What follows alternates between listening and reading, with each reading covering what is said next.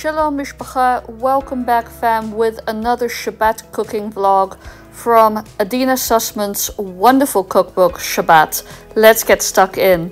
I've baked a lot of challah both for this period as well as Rosh Hashanah, as you can see on these Ziploc bags. Cooking ahead is my life hack for the high holidays as a busy mom and rabbi. Our first dish is going to be a chicken matzah ball soup, and the recipe for the soup is my own. It's not Adeena's, but the matzah balls are. And I call this my Ashkenazi chicken soup because it has some of those classic Ashkenazi elements with the dill and the parsley, but also some Sephardi twists with some ginger and cinnamon. And I really love this recipe. Maybe I should do a video on it. But here I am getting ready to make the matzah balls, which did come from Adeena's cookbook. And the secret is a little seltzer. Meanwhile, enjoy this egg ASMR. So satisfying. So I have a bit of a confession to make, which is that it's always my natural inclination to spice up traditional Ashkenazi recipes when they actually do hold their own very well, just as is. I grew up in the Mediterranean, and so I tend to be a big believer in garlic and spices and all that good stuff. But these matzah balls were so simple and so delightful, nothing else was needed. Simplicity is the name of the game of this traditional egg salad, and pride of place goes to the caramelized onions, which really lifts this dish out of the ordinary. It takes a little bit of patience because you need to saute your onions for a long time, but once you combine those onions in your salad and you mix them in, it is really delicious.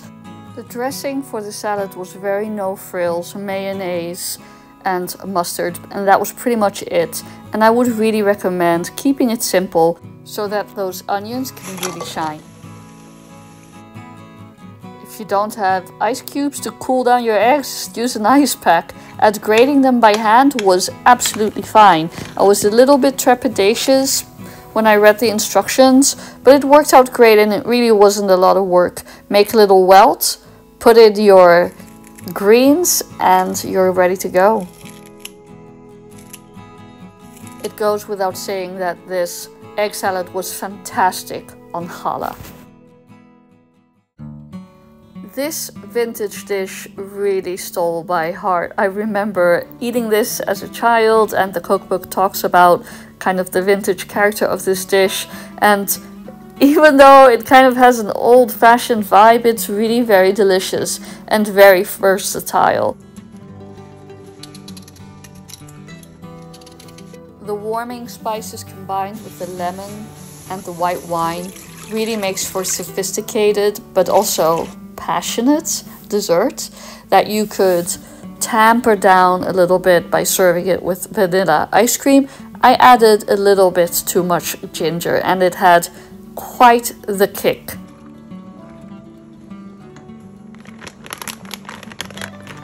My kid solved that problem by taking some of the syrup, mixing it in with seltzer for a very refreshing drink. Here I am stirring in all the fruit, and then time does the rest.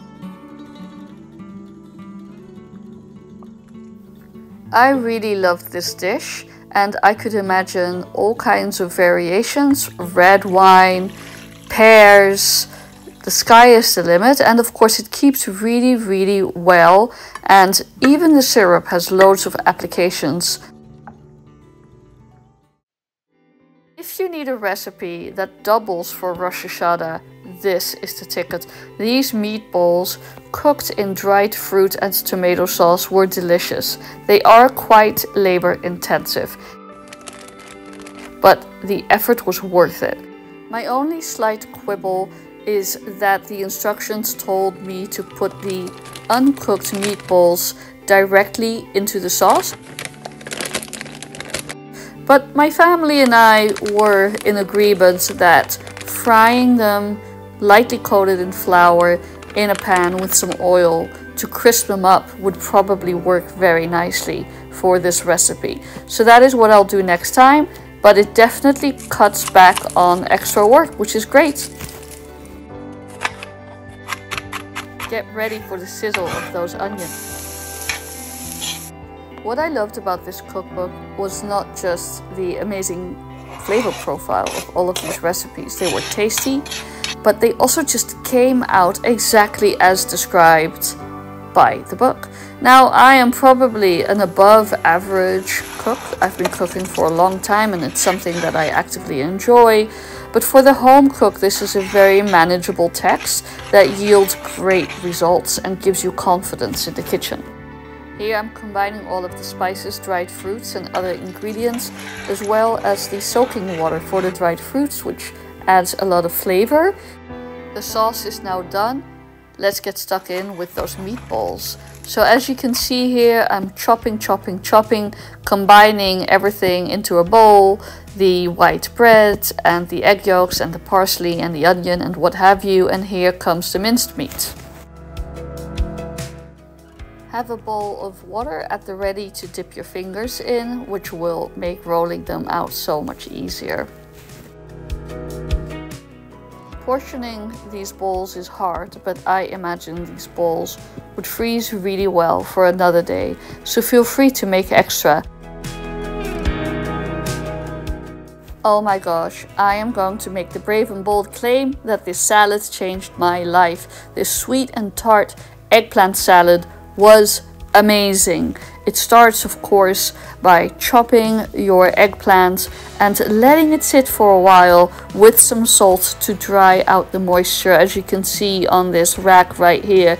That really is the secret of your success. Then you're going to pan fry that eggplant and make your dressing. This dressing is so simple but so effective in creating this sweet, tangy environment for the rich, crusty, crispy eggplant, and all the flavors coming together made it amazing. I used celery as per the recipe, but the recipe also called for celery greens and my celery didn't have any. So I decided to improvise with some cilantro. This, in combination with some peanuts instead of the pine nuts that the recipe calls for, really gave it an Asian twist. And dinner is served. B'teavon. Here is that eggplant salad, an Israeli salad that I made, the matzah balls, the wonderful egg salad, the golden challah, and the table in its full glory, including, of course, the meatballs in the delicious fruit sauce right here, and the chicken soup. We finished the evening with the compote and a lovely cup of tea. Enjoy these stills. All in all, I have fallen in love with this cookbook. It is easy and delicious, rooted in tradition, but also still very contemporary. I cannot have enough good things to say about this book. And I've been cooking from this all summer. And there will be more vlogs coming because I just can't put this book down. So stay tuned, and here's a little bonus content. My youngest turned 5, so we're celebrating with a homemade carrot cake.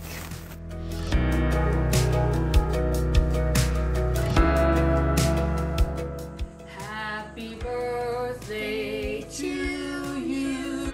Happy birthday to you. Yeah! If you enjoyed this episode, like, share, subscribe, and I will see you on the next one. Shalom uvracha, from my house to your house.